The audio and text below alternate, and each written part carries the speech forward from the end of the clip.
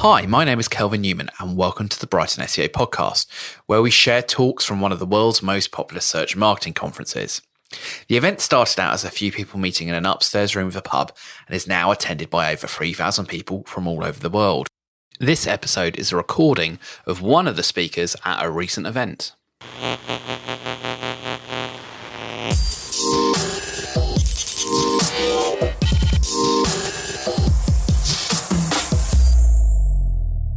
And Anne, we have next, who's going to talk about Google shopping feeds. Okay. So I'm Ann Stanley. I'm the founder of Anicca Digital, and I've been involved in online for 15 years, but Anicca's actually 10 years old. There's 27 of us in Leicester. And a little bit about me. I'm a massive F1 fan. I'm a bit of a rocker. I've got a lovely granddaughter who's 4 years old, and I'm mad about cats. And I actually was a scientist, so I came to Leicester to do biology. So that's why I like all the analytical side. So what I'm going to talk about today is some of the more advanced features on shopping ads. So I thought I'd show you this to start with. So this is the normal thing that you're used to seeing on the left, which is the normal carousel. And on the right, what we've noticed is that some of the results that you'd normally expect to see when you actually go into shopping are now showing in the main results. So that's interesting. But what I really want to talk about is how you can improve your shopping ads by using some of the features of the new interface. Hopefully most of you have seen the AdWords interface, and also how to use feed management in Merchant Center and in third-party tools. So I've got quite a lot to tell you, so I'm going to zoom through. So this is just to show you the difference between a generic search and a model-specific search, and just to show you how we're actually getting some of the inventory stuff coming through here. So what can we do with the new Google AdWords interface? So there's been quite a lot of announcements in the last week, so you may or may not have found this stuff. So first of all, if you're not familiar, this is the new interface. And what I've done is I've deliberately gone into the shopping section on the left-hand menu, and then I'm actually right at the overview. And what Google's done, so this applies if you're using general ads or if you're using shopping, is you've got these nice cards. So there's a lot of extra data that you can see and visualize. So we can actually start to bring in search terms here, and also hours and days of week. And you'll notice that you can actually change by the drop down what you're seeing. So I've stuck in conversions here, and you've also got information on the different devices. So the new stuff, this is in, what I've done here is I've actually gone into a specific campaign. You'll notice it's feed optimized because we use that as our feed management tool. And then we've gone into, as soon as you go into an individual campaign, you then get the products tab showing. And this is where a lot of the new stuff is. So I've gone in, and the first thing you'll notice is you can now see the product status. So you don't have to click on the little icon anymore. And this was just the first screen I came into, and there's a few disapproved products there. You'll also notice that there's a new columns symbol. And one of the nice things is all the new stuff that you can now do, which you couldn't do before.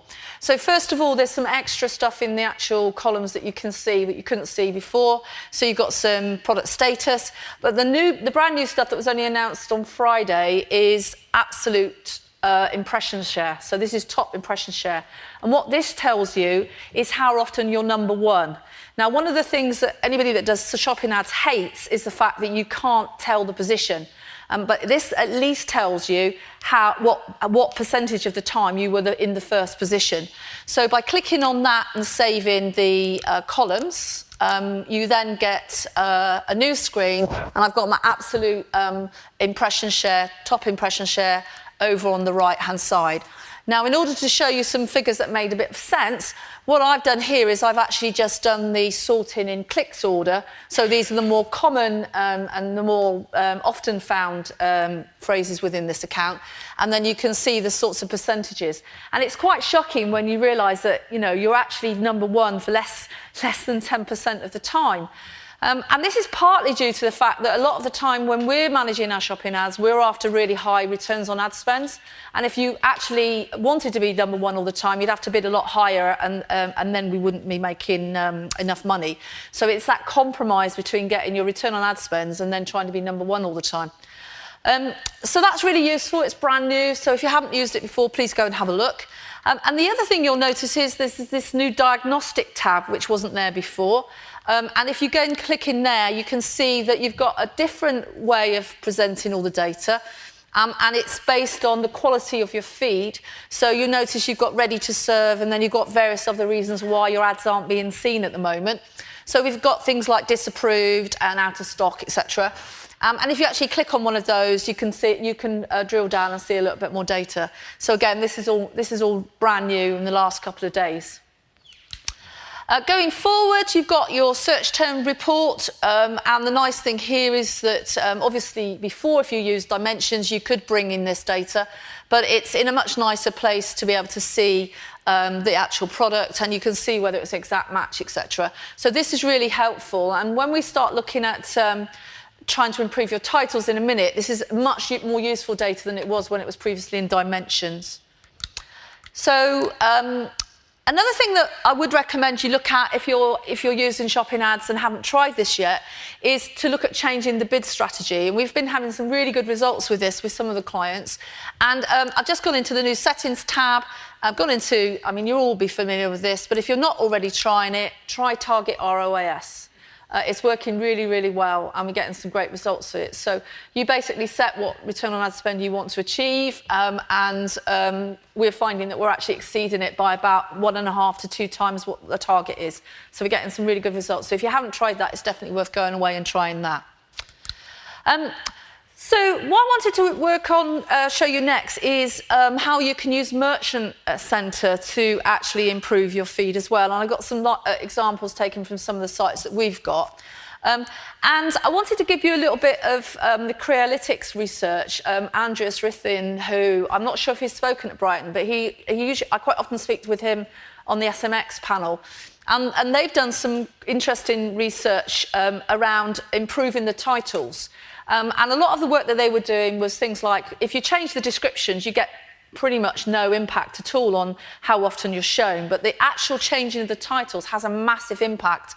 And overall, you might get up to an 18% uplift in a click-through rate. So I've got 3 different examples to show you of how you can improve impression share and click-through rate.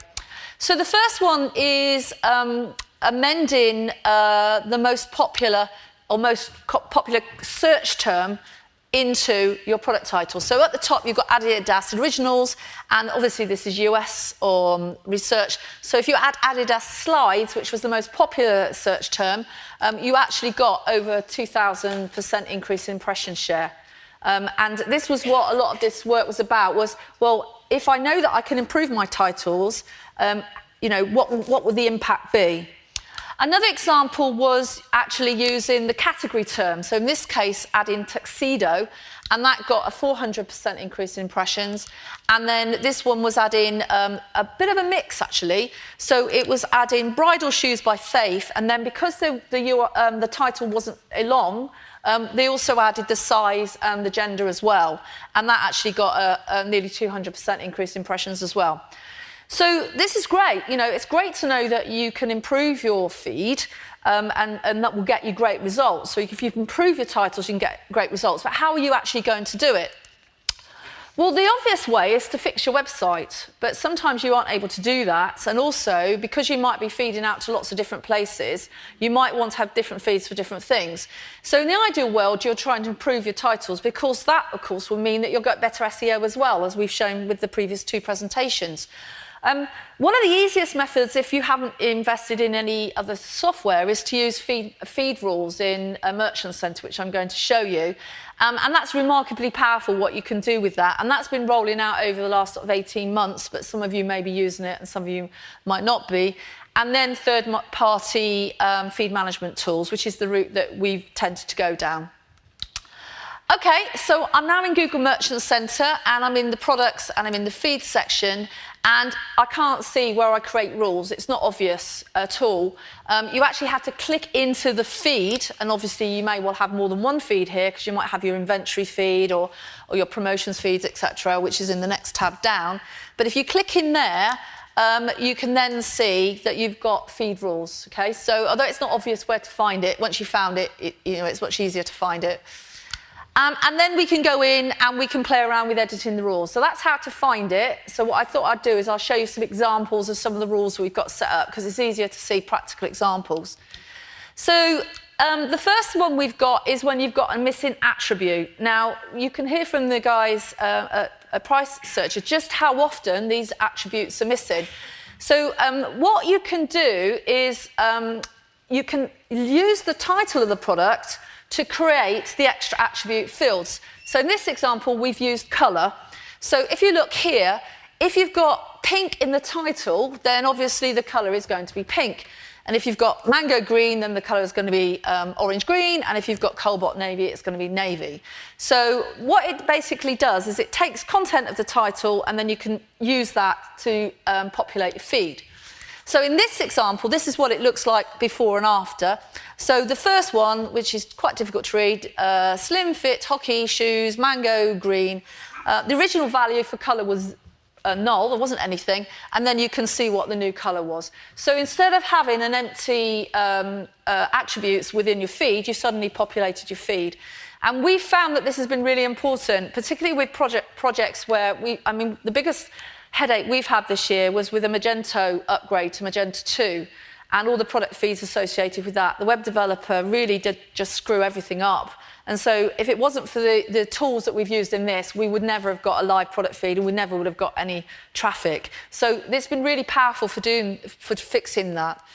Another thing you can do is correct the product types, and this was particularly important in this rather annoying project where they screwed up all the category navigation. And you can see again things like just by saying watches in accessories watch, etc., and then that will then correct your categories. So what you're basically doing is using the good quality information you have got to pre-populate the rest of the feed. Another example is gender. So obviously when people are writing descriptions or when they're building their website, they don't really care what Google does. So they'll completely independently put it into a category called men's. But unfortunately, that's not what Google does. Google is male. So you can just map that across quite simply. So anything that's men's in your database will be changed to male. And that's the sort of thing you're not really going to want to go and fix your website. You're not going to want to change your website because it's just a lot of hard work. Another thing you should be considering is using it for custom labels generation. Now, most of you who've created shopping ads will know that you can use custom labels to either within your hierarchy or to turn stuff off or turn stuff on.